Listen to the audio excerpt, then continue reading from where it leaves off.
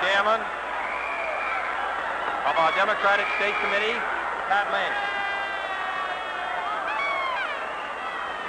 Ladies and gentlemen,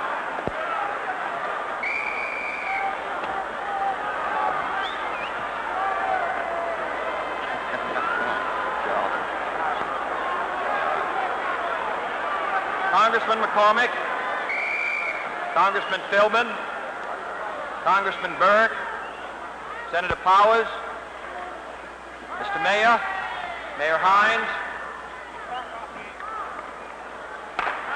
distinguished members of the state ticket, ladies and gentlemen, I first of all want to express my thanks for the warmest welcome in a long campaign. I'm delighted to be back.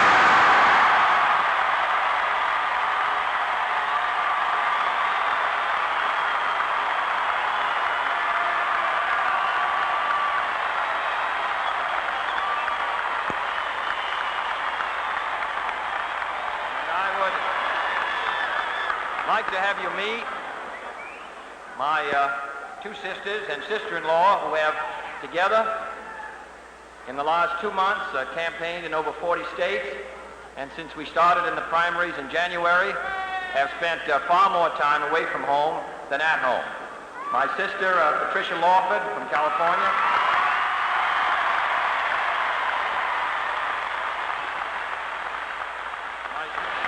and her husband, Peter Lawford.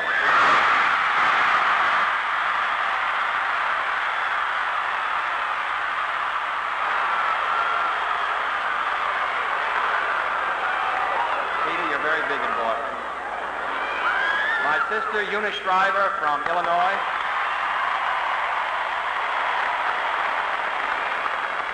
And the wife of my brother Teddy, who's our Western manager, this is Joan Kennedy.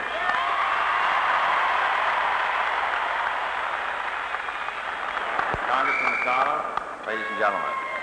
Let me say that I am delighted to be here on the platform tonight with my distinguished running mates from this state, who I hope you will elect tomorrow, Tom O'Connor as United States Senator.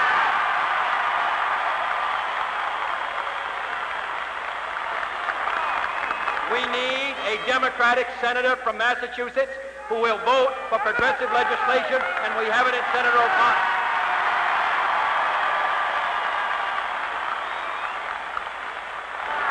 Joe Ward, who I'm hopeful will be elected the governor of Massachusetts tomorrow. Continue a Democratic administration. The candidate for lieutenant governor and I are old friends. We served together in the Navy in the Pacific, and I hope he will be the next lieutenant governor, Edward McLaughlin. The candidate for attorney general has done an outstanding job. He is a nephew of our beloved friend John McCormick, and in his own right deserves to be reelected as the attorney general of the state of Massachusetts, Edward McCormick. Tom Buckley, who is an auditor and an orator, who of course will go back in office and lead us all. The candidate for state treasurer, John Driscoll, is one of the finest men I've ever met in public life, and I'm confident he's going to be elected tomorrow. And the candidate for Secretary of State, Kevin White, will also be elected by a large majority, I predict. They and the Democratic members of Congress from this state, I'm confident, will be returned by a large margin tomorrow, and I ask your support of them. And when you have voted for all of them,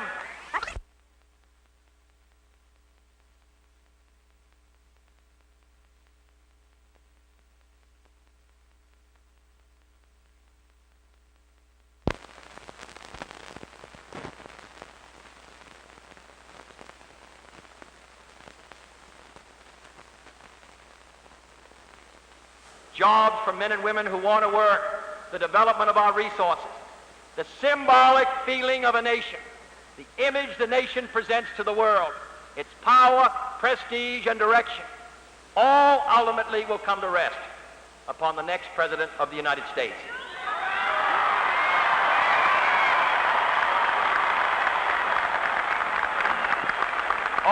this talk about prestige, about our position in the world, goes to the security of the United States.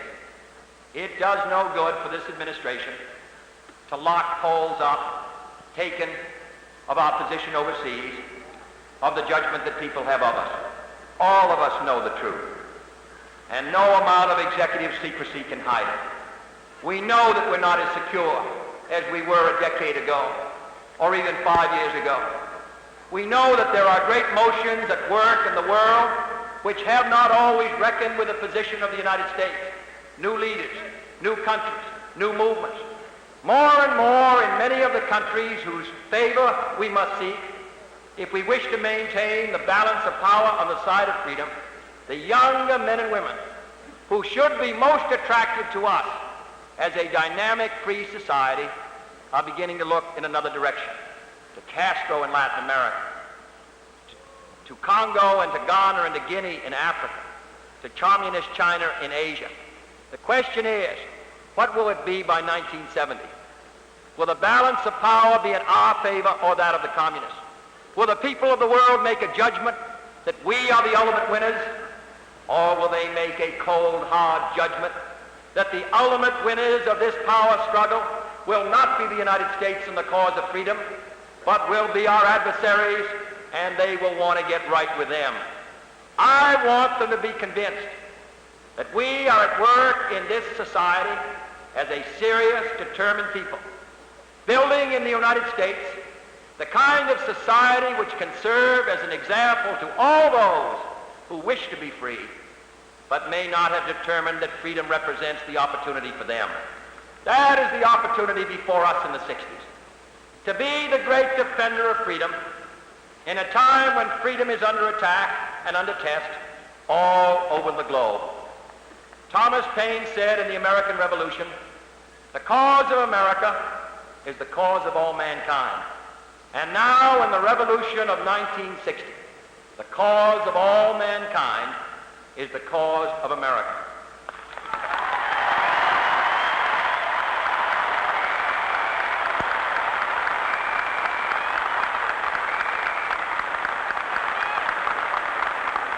The communist system gets its power not from Mr. Khrushchev. All the speeches and debates and arguments and finger-waving at Mr. Khrushchev. All the trips proposed to Eastern Europe by the Vice President. The trip proposed for former presidents to Russia, spreading goodwill. The whole struggle is far more serious than that.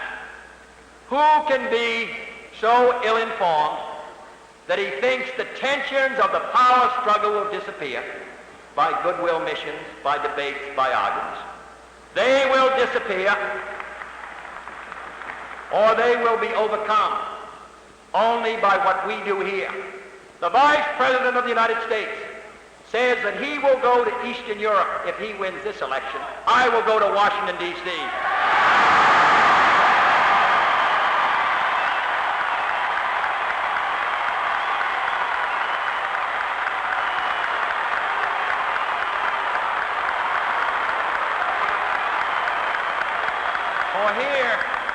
For here is where the job must be done. The kind of society we build, the kind of power we generate, the kind of enthusiasm that we incite, all this will tell whether in the long run darkness or light overtakes the world. I welcome the opportunity to be engaged in this struggle as the chief arm of freedom. It is a proud privilege that we hold as citizens of this country. I welcome the opportunity, if elected, to serve as President of the United States, and if unsuccessful, to continue to serve in the Senate at a time when the role of Americans should be one of pride and satisfaction that history and their own choice has made it possible for them to be the defenders of freedom.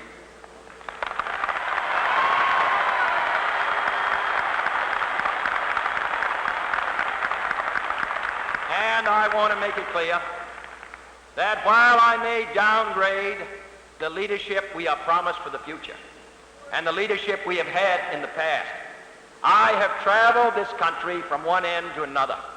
I have spent many days in nearly every state.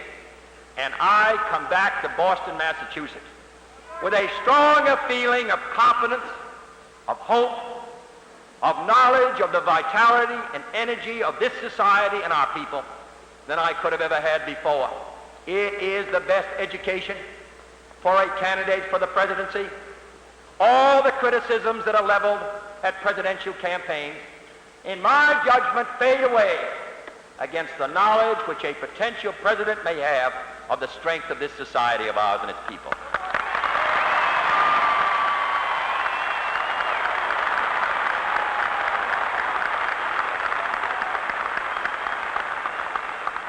So I come here tonight.